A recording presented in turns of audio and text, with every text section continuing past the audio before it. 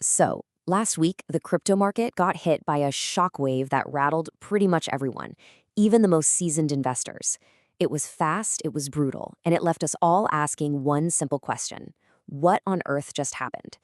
Well, it turns out the whole story starts with a single number, and honestly, it's a truly staggering one. $19 billion in just one day. That is how much value was wiped out in liquidations. That makes it the single largest event of its kind in the entire history of crypto. I mean, just let that sink in for a second. This wasn't just another choppy day in the market. This was an absolute record-shattering, historic event. And look, that's not me just being dramatic. As the analyst blockchain backer put it, this event literally dwarfed anything we have ever seen before. So no, this was not just another volatile Tuesday. This was a massive, seismic shock to the entire system. And that really brings us to the core of what we're digging into today. Because in the aftermath of all this chaos, two powerful and, well, completely opposite stories started to take shape. Was this the final nail in the coffin for the bull market? Or was this actually the ultimate stress test that proved just how resilient crypto really is? Let's find out.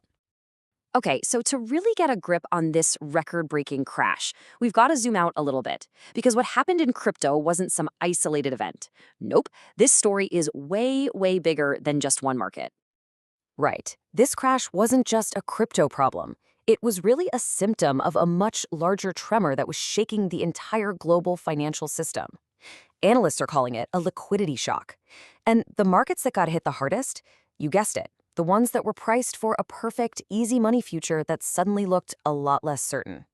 And you could literally watch this play out in real time. As all these high-growth tech darlings like Nvidia and Amazon got absolutely hammered, you saw capital just rush into things that felt like safe havens, tangible assets, gold, silver. They hit new highs. It was this classic, massive rotation out of the world of digital growth and into physical value.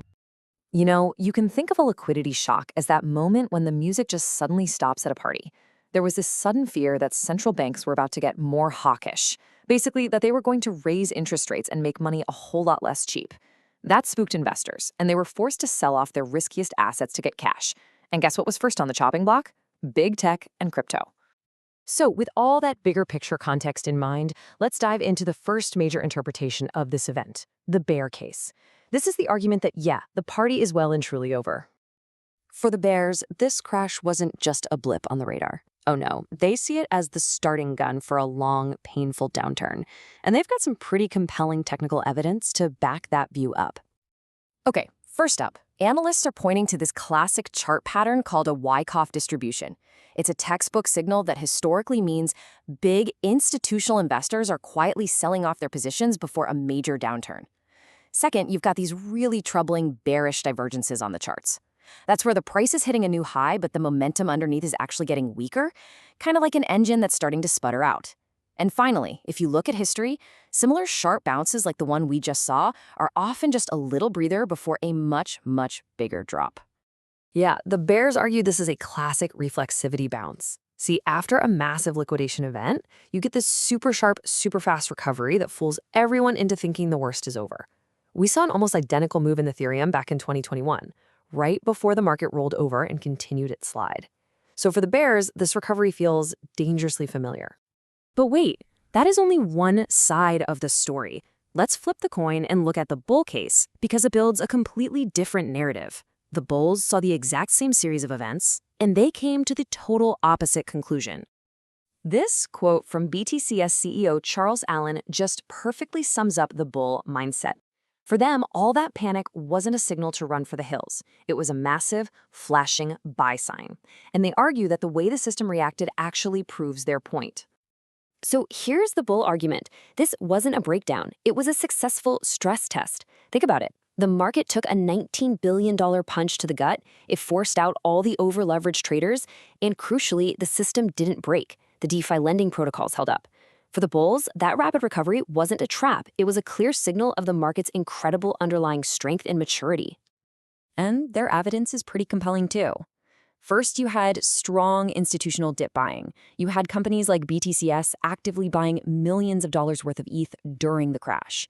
Second, the massive long-term trend of tokenizing real-world assets, an idea being championed by giants like BlackRock, is still just getting started.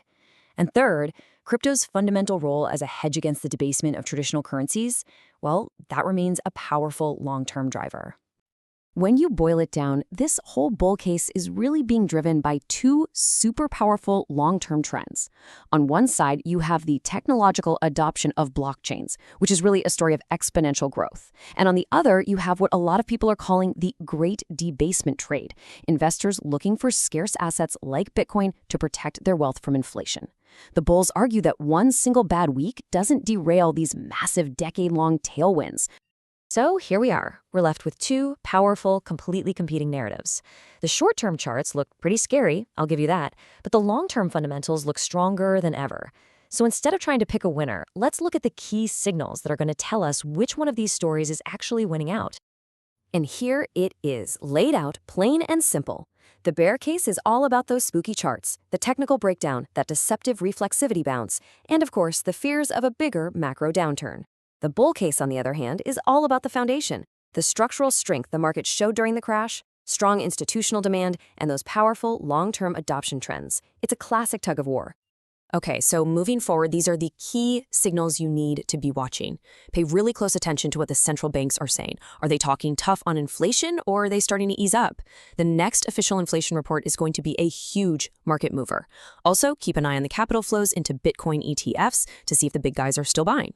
And finally, watch commodities like gold. If they keep climbing, it suggests that debasement trade is still very much alive and well. And that leaves us with a final multi-billion-dollar question. The market faced the biggest liquidation event in its history, and it survived.